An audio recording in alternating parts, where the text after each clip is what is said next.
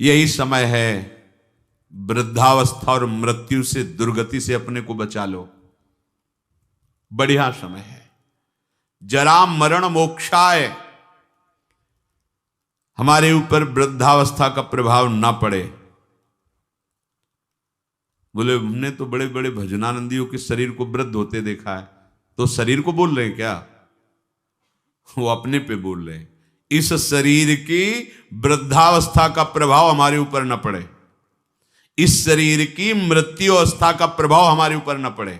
हम सीधे देहाभिमानी तो हमारे से तात्पर्य शरीर में हो जाता है। हम स्वरूप की बात कर रहे हैं, शास्त्र स्वरूप की तरफ इंगित कर रहे हैं। जो मनुष्य मेरा आश्रय लेकर के मेरी प्राप्ति के लिए बताए गए सिद्धांतों के अनुसार प्रयत्न करता है, उसके उस प्रयत्न को देख करके हम उसको ब्रह्म स्थिति प्रदान कर देते हैं। प्रयत्न से नहीं मिला, पर प्रयास देख करके। जैसे यशोदा मैया लाला जी को बांधना चाहती है, भागी बांधने के लिए। अब लाला दौड़ रहे हैं, मैया पकड़ने की चेष्टा करती, प्रभु पीछे मुड़ मुड़ के देख रहे हैं, मैया के माथे पे पसीना आ गया, श्रमित हो रही, पर वो प्रयत्न नहीं छोड़ रहे। तो प्रभु स्वयं अपने को बंधा दिया। बस ऐसा ही करते हैं।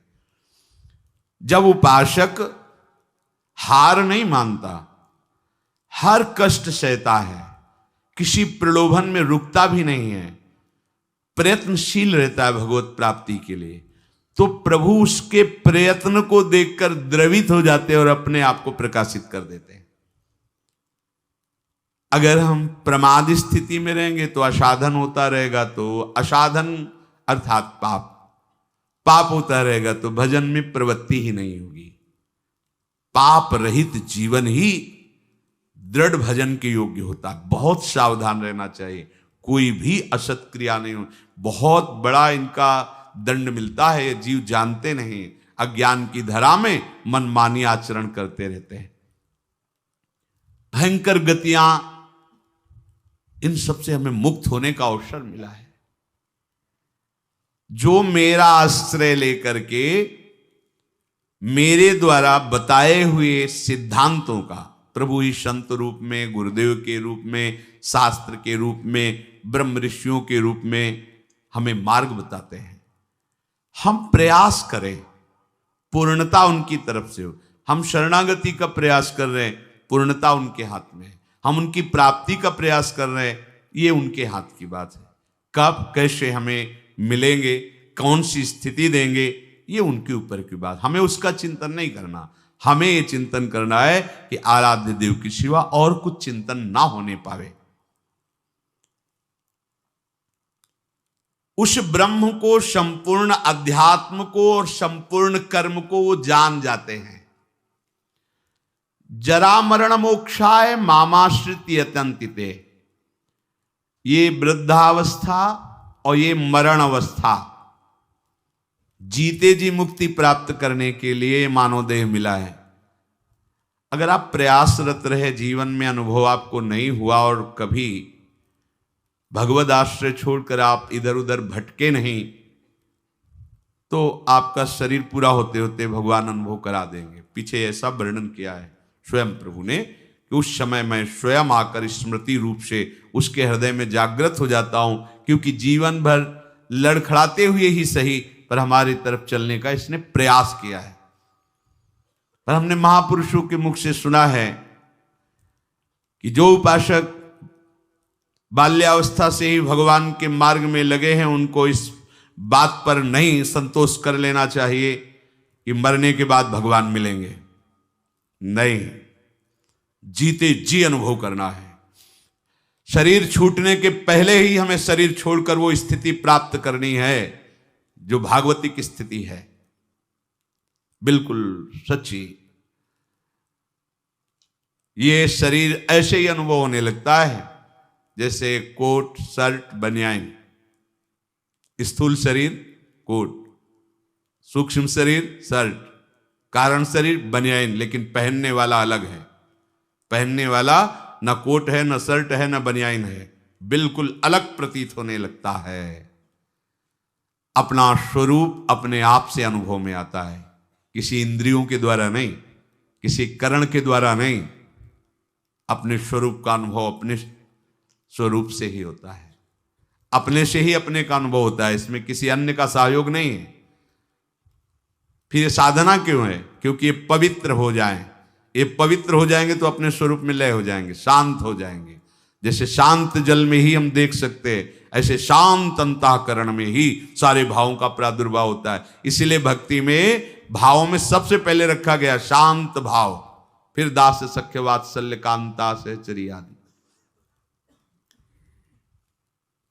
शरीर की मृत्यु के पहले ही शरीर का राग नष्ट हो जाए, ये साधना की फलवृत्ति है। जो जीवन में साधना की है, अब शरीर से ऐसा नहीं कि जिसका शरीर राग खत्म हो जाता है उसे पीड़ा ही नहीं होती, ऐसा नहीं है। पीड़ा होती है पर परेशानी नहीं होती, दर्द है पर दुख नहीं है, व्याकुलता नहीं। क्यों हुआ ऐसा कष्ट, क्यों हे भगवान ये कष्ट, ऐसा कुछ नहीं होता। सहज में एक वृत्ति रहती भगवदाकार। अब यहां किसी ने पीटा तो दर्द होगा, क्यों पीटा, ये ठीक हो जाए, कोई वृत्ति ऐसी नहीं आएगी। जो शरीर में हो रहा है, सर्दी लग रही तो अगेंद्री में महसूस है कि हाँ सर्दी है, प्रारब्ध तो वस्त्र मिल गया ओढ़ लिया, नहीं मिला कोई आकांक्षा नहीं। ये स्थिति है, केवल बुद्धि से तर्कना से नहीं इसे समझा जा सकता, वो स्थिति है।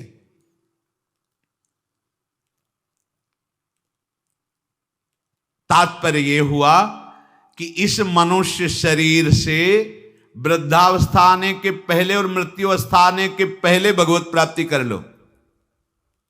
बात समझो, ये जो लोग भूले हुए हैं ना कि ये यौवन अवस्था भोगों के लिए है, बड़े बूढ़े शिक्षा देते हैं, अरे तुम तो अभी तुम्हारी तो खेलने खाने की उम्र, भजन की उम्र है तुम्हारी, तो उनसे पूछो जो उपदेश दे रहे खेल, तुम्हारी उम्र कौन सी है?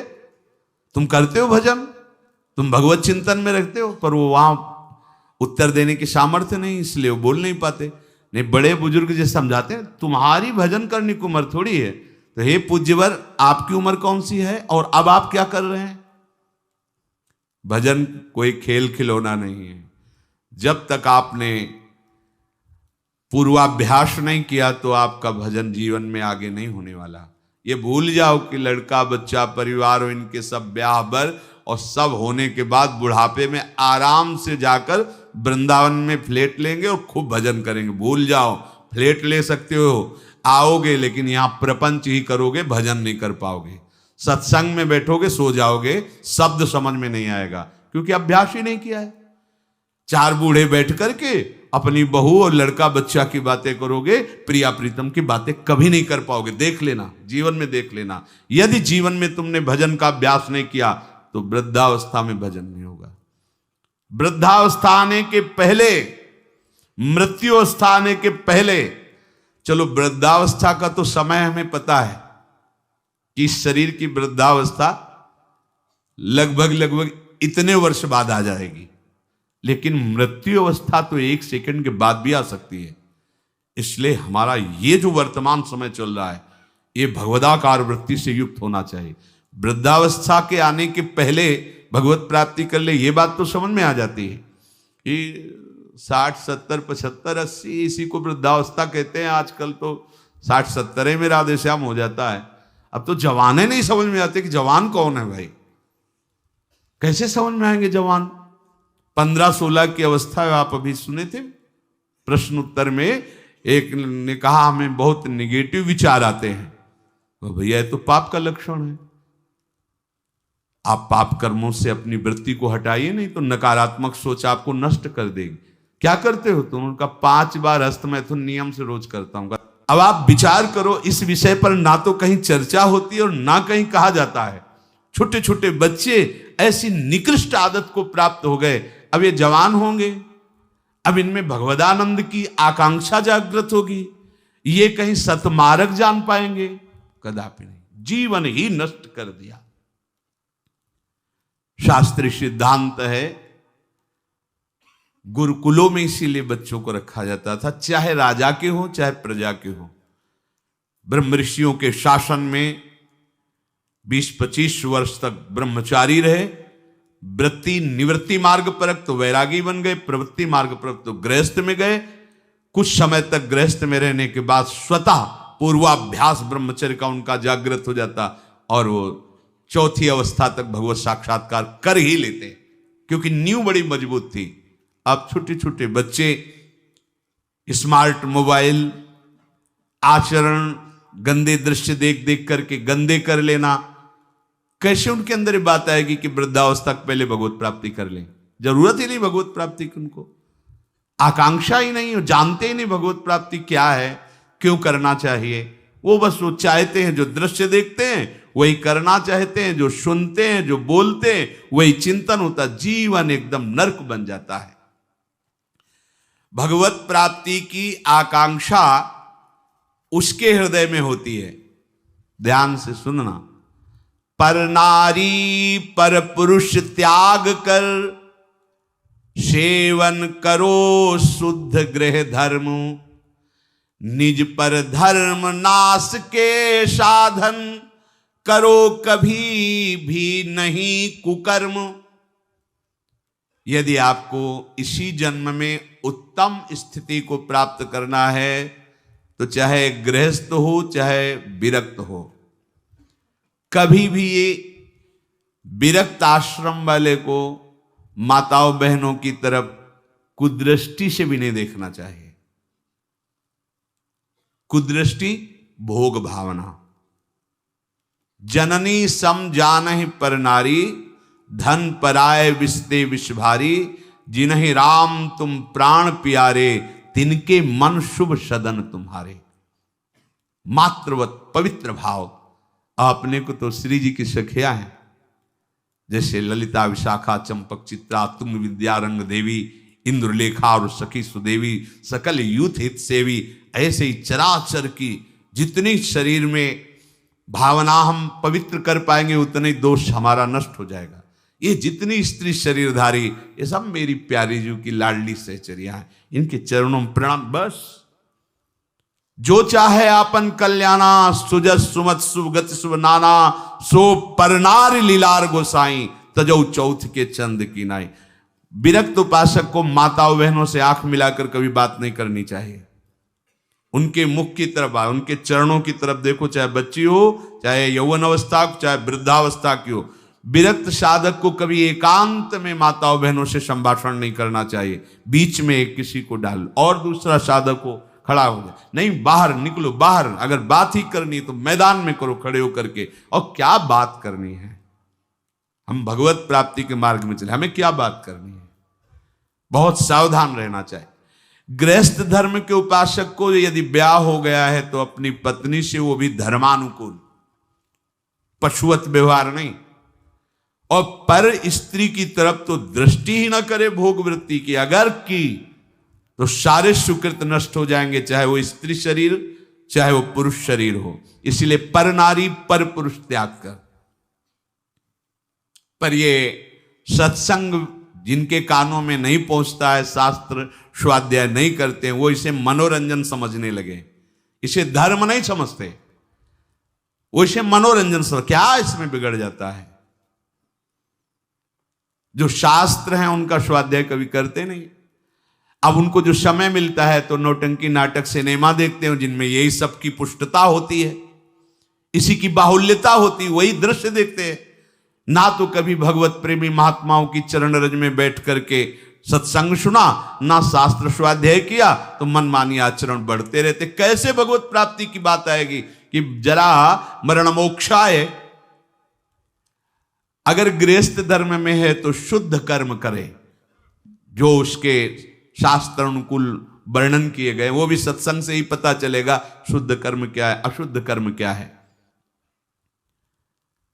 जो दूसरे के धर्म का नाश करता है, कुकर्म करता है, वो कभी साधन मार्ग पर कैसे चलने की सोच सकता है? अगर कहीं उनके अंदर थोड़ी श्रद्धा भी बनती है तो भूत प्रेत की पूजा करता करता जो तामस व्यवहार, अंडे मांस शराब उड़ाता चोरी का करता व्यापार, रखता मन में वैर द्वेष मद करता जो हिंसा व्यभिचार, होता घोर प्रेत वो पाता असहनीय यातना अपार। जरा मरण मोक्षाय नहीं, वो प्रेत बनेगा। प्रेत योनि किसको प्राप्त होती है? तो बोले जो भूत प्रेतों की पूजा करते हैं, जो अंडा मांस शराब ये सब खाते पीते हैं, दूसरे के धन को जो चोरी करते हैं, मन में वैर द्वेष अहंकार रख करके जो हिंसा करते हैं और पर स्त्री से जो व्यभिचार करते हैं, वो घोर प्रेत योनि को प्राप्त होता है। इसका प्रमाण धुंधकारी है, पढ़ के भागवत में देख लेना। प्रेत योनि को प्राप्त होता है। ऐसे प्रेत स्वभाव वाले कैसे जरा मरण मोक्षाय के मार्ग का अवलंबन लेंगे?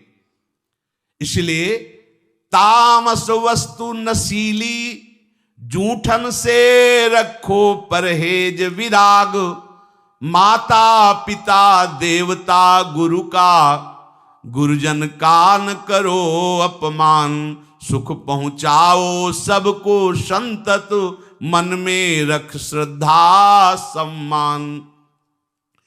कोई भी नशा भगवत प्राप्ति के मार्ग में चलने वाले उपासक को नहीं करना चाहिए। बैठा लो। आजकल ये भी बहुत सूक्ष्मता से साधन मार्ग वालों को गिराने के लिए प्रवेश कर गया है कि थोड़ी सी भांग खा लो, बस भगवदानंद में डूब जाओगे, या एक दो चिलम फूंक लो, या अमुक अमुक अमुक। हम प्रणाम करते हैं जो ऐसा करते हैं, सिद्ध महापुरुष होंगे, उनको हम प्रणाम करते हैं, पर अपने कच्चे साधकों के लिए या भगवत प्राप्ति के लक्ष्य वालों के लिए हमें कहीं शास्त्र में आज तक नहीं लिखा, कहीं ऐसा नहीं मिला। कुछ लोग उदाहरण देते हैं कि भगवान शंकर भी भांग खाते हैं। भगवान शंकर भांग खाते नहीं, पीते हैं, हलाहल जहर पीते हैं। जगत की रक्षा के लिए समुद्र मंथन में निकला हुआ हलाहल जहर पिया। तुम एक धतूरे का फल खा के दिखाओ तो तुम्हें माने उनकी समानता कर सकते हो? जगत रक्षा के लिए भगवान, और यहां से नीचे उतरने नहीं दिया है। यही है नीलकंठ। तुम एक घूंट पानी आरोक के दिखाओ, एक बूंद पानी चला जाए, खोक खोक करते रहोगे। पूरा हलाहल जहर समुद्र मंथन का यह आरोक लिया है, इसलिए नीलकंठ भगवान उनको कहा गया। कहते भगवान शंकर गांजा पीते, कभी देखा चिलम उड़ाते हुए भगवान शिव को? अरे भाई समझो, उस भगवान हैं, वो जगत मंगल के लिए सब किए हैं। वो कोई ऐसा नहीं कि थोड़ा भांग खा के कैलाश। भांग का नशा कितनी मिनट रहता है? बहुत बहुत 24 घंटे, 12 घंटे 24 घंटे। शंकर सहज स्वरूप समारा, लाग समाधि अखंड अपारा। 88,000 वर्ष तक की समाधि एक बार में, 88,000 वर्ष। 88 मिनट बैठ के बिना हिले दिखाओ मैं तुम। 88 मिनट बिना हिले डुले पद्मासन लगाओ और 88 मिनट बिना हिले डुले, शरीर कांप जाएगा। महापुरुषों के सत आचरण का तो अनुकरण नहीं करते, और उनकी जो महामहिम जगत रक्षा के लिए वृत्ति, उसको बोलते भगवान शंकर नशा करते। कोई भी तामस वस्तु, नशीली वस्तु अगर स्वीकार करेंगे तो शुद्ध भजन नहीं हो पाएगा। इसलिए जो कर रहे हैं वो सिद्ध है, हम प्रणाम करते हैं। हमारा निषेध करने का कोई बल ही नहीं है। शास्त्र कह रहा है तामस वस्तु नशीली, कोई भी नशा नहीं होना चाहिए साधक के जीवन में। जूठन से रखो परहेज। गुरु की, आराध्य देव की जूठन के सिवा जीवन में किसी और की जूठन नहीं पानी चाहिए।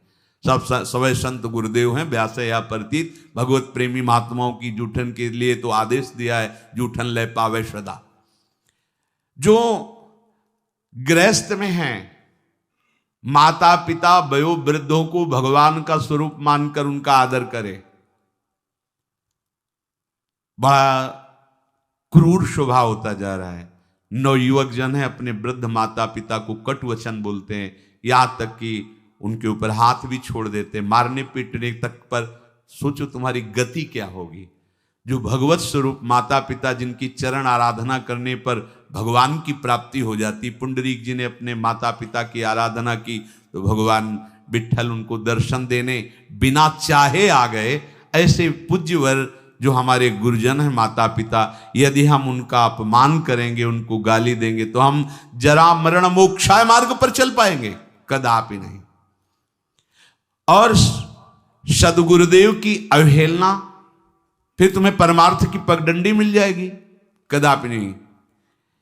सुख पहुंचाओ सबको संतत, मन में रख श्रद्धा सम्मान, सब में भगवत भाव कर कर सुख देने की भावना। बुरे संग का, बुरे व्यसन का कभी न रखो मन में मोह, काम लोभ को छोड़ करो सब जीवों पर स्वाभाविक छो। जैसे कर्म किए जीवन भर, जैसे मन में रखे विचार, अंतकाल भाव मनुज का होगा उसके ही अनुसार। बहुत सुंदर बात कह रहे हैं पूज्य भाई जी महाराज। यदि तुम बुरा संग करोगे, बुरा नशा करोगे, बुरे भाव रखोगे, काम लोभ आदि में आसक्त होकर चेष्टा करोगे, भोग वासना करोगे, तो क्या होगा? बोले जैसा जीवन तुम व्यतीत करोगे, फाइनल में तुम्हारे पास वैसा ही निर्णय आएगा। क्या? अंतिम समय वही कर्म छा जाएंगे। जो बुरे कर्म किए हैं वही छा जाएंगे। अगला, जैसे जरा सी वृत्ति मृग में लगी तो मृगाकार वृत्ति होने के कारण अगला जन्म मृग का हो गया। आपने तो कितनी जगह ममता की हुई है, कितनी जगह। क्या होगा अंतिम समय में? जरा मरण मोक्षाय के मार्ग में चलने वाले उपासक को बहुत सावधान रहना चाहिए। अंतकाल का भाव मनुज का होगा उसके अनुसार। जो जीवन में तुम कर रहे हो अंतिम में वही भाव तुम्हारे आएगा। यदि भजन कर रहे हो तो सदगति, और अगर बुरे आचरण संसार में फंसे हो तो दुर्गति। तदानुसार ही सदगति दुर्गति होगी उसे प्राप्त अनिवार्य। अतः रखो प्रतिपल ही मधुमय, भगवद स्मृति में हृदय उदार। अपने हृदय को निरंतर भगवद स्मृति में लगाए हुए ही कार्यरत रहो। अगर आप इसको भगवद स्मृति को छोड़ते हैं कि आगे हम कर लेंगे, तो आगे नहीं होने वाला। मृत्यु समय की अनुपम सेवा, मन से दूर करे संसार। हमें मृत्यु बनानी, मृत्यु को महोत्सव बनाना है। हमारा आखिरी समय होना चाहिए। तो बोले इसके लिए क्या करो? संसार का चिंतन छोड़ना होगा। संसार का चिंतन छोड़ोगे तो तुम्हारी मृत्यु महोत्सव हो जाएगी। और इस पर कोई सोच नहीं रहा। सारी सोच आज की है, आज की। वर्तमान को भोगों में कैसे हम डुबोएं। आज हमें अच्छा खाने को मिले, खूब हंसी मजाक करने को मिले, मन के अनुसार भोग भोगने को मिले, तो आज का दिन बढ़िया मंगल। कल क्या होगा देखा जाएगा। यह है मूढ़ता। उपासक क्या सोचता है? मेरा अंतिम समय बढ़िया जाए। क्या? प्राणनाथ प्रीतम के चिंतन में, उनके ध्यान में, पावन चरण रज का स्पर्श करते हुए हमारा शरीर छूटे, हम प्रियालाल को प्राप्त हों। भगवान कह रहे हैं जैसे भूत प्रकृति मोक्षम, संपूर्ण पंचभूत और प्रकृति इसके कार्य, अगर इनसे आप अपने को बचा लें तो जरा मरण मोक्षाय की पदवी पर आ जाएंगे। जरा और मृत्यु इन्हीं से होती है। किलसे? पंचभूत रचित शरीर और इनकी प्रकृति, इनकी क्रियाएं। बड़ा सूक्ष्म विषय है। जरा मरण से अभी तुम्हें मुक्ति मिल जाएगी यदि शरीर और शरीर की क्रियाओं से अपनापन हटा दो। बड़ा कठिन है। क्या करें? बहुत सरल है। ऐसे हो जाओ, आत्मसमर्पण कर दो आराध्य देव को। हम शरीर से राग नहीं हटा पा रहे, इतना विवेक प्रबल नहीं हो रहा, क्रियाएं हम भगवतिक नहीं कर पा रहे, इतनी पवित्रता हृदय में नहीं। तो एक सिद्धांत देखो, शास्त्रों में बहुत कृपा करके वर्णन किया गया है।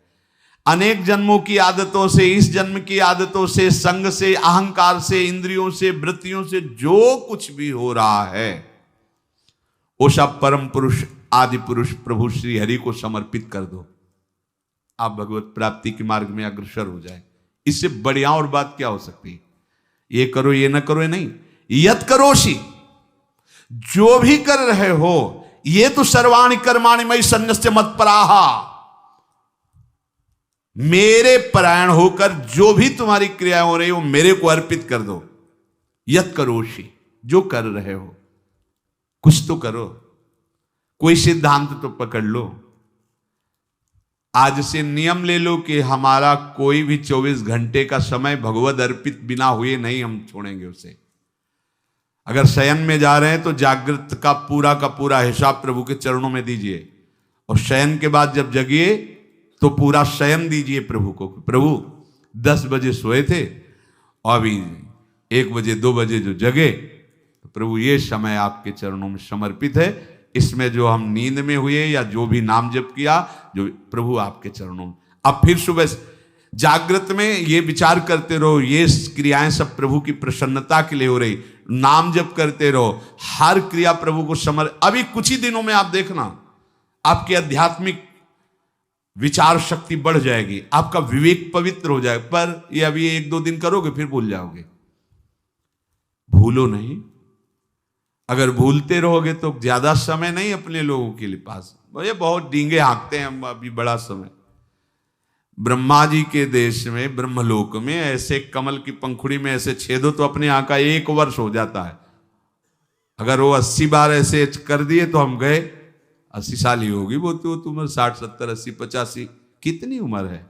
बहुत जल्दी तत्पर हो जाओ। पर सब कोई तत्पर नहीं होगा, सब तत्पर हैं यहाँ जगत सजाने में। अरे हम जगत सजाने के लिए नहीं आए, हम जगदीश को पाने के लिए आए। ये हृदय का चिंतन बदलो, क्योंकि ये जरा मरण स्वरूप में नहीं होते, ये शरीर में होते हैं। अब स्वरूप का परिचय ही नहीं। लोग बहुत जानकार जैसे ज्यादा बातें बनाते तो कहते भैया 3.5 हाथ के शरीर में रहते हुए कई साल हो गए? बोले 40। तो जाना तुम कौन हो भाई? हो कि 100-200 हाथ का है तो खोजने में समय लगेगा। 3.5 हाथ के शरीर में आप हैं, आप अपने को नहीं जानकारी कर पाए तो आप कितने बड़े जानकार हैं? औरों की जानकारी क्या लोगे? आप अपनी जानकारी नहीं कर पाए, 3.5 हाथ के शरीर में हो, कैसे भूल भुलावे में हो? बोले हम तो रोज अपने को देखते, शीशा में देखते हैं बढ़िया गोरे चिकले गाल और सब। ये तो प्रकृति की रचना का, पंचभूत का एक नमूना है। ये नमूना है, नमूना हमारा थोड़ी स्वरूप है। बस ये पहली सूरज गई तो जरा मरण मोक्षा है, क्योंकि जरावस्था इसी में होती है और मरण अवस्था भी इसी की होती है। प्रकृति के कार्य शरीर के साथ जब तक तदात्म रहेगा तब तक जरा मरण मोक्षाय नहीं हो पाएगा। संबंध विच्छेद करना ही है इस शरीर से। सारी चेष्टा इसी शरीर के सजाने की है और शरीर को मैं मानने की पुष्टता की है। और हम बनते हैं साधक, हम बनते हैं अध्यात्म मार्ग के पथिक। जब कोई उपासक शरीर के साथ तदात्म मैं आज तक नहीं भूल पाए, देखो ना, जब आप तिलक लगाते हैं तो शरीर के माथे पे लगाते हैं, अपने माथे पे लगाते हैं। वो समय आता है क्या? नहीं, एक एक बाल संभाल करके, क्योंकि मैं हूं, मैं, बस यही अंतराय है। अब ये गूढ़ बात कैसे समझ में आएगी? यहां तो बात समझने के लिए बस इतनी कि वो उपाय बताओ जिससे चेक पर चेक पास होती है। वो उपाय बताओ जिससे खूब भोग भोगने के लिए बल बढ़े और खूब भोग मिले, बस जीने की। जीते किसके लिए हो? इसका उत्तर नहीं। इसका उत्तर नहीं किसके लिए जी रहे हैं। भोगों के लिए जी रहे हैं, भोग भोग रहे हैं, जीने के लिए, बस इतना ही क्रम है मूढ़ता का। शरीर के वृद्धावस्था होने पर जब शरीराभिमानी मैं मानता रहा है, अब वो अपने को मान लेता है कि मैं वृद्ध हो गया हूं, पर वासना बहुत प्रबल हो जाती वृद्धावस्था में। पहले हमको ये भ्रम था कि ये जितने विकार हैं जवानी के हैं, इसके बाद शांत हो जाते होंगे। फिर बाद में अन्य वृद्धजनों से बात करके और शास्त्रों से पता चला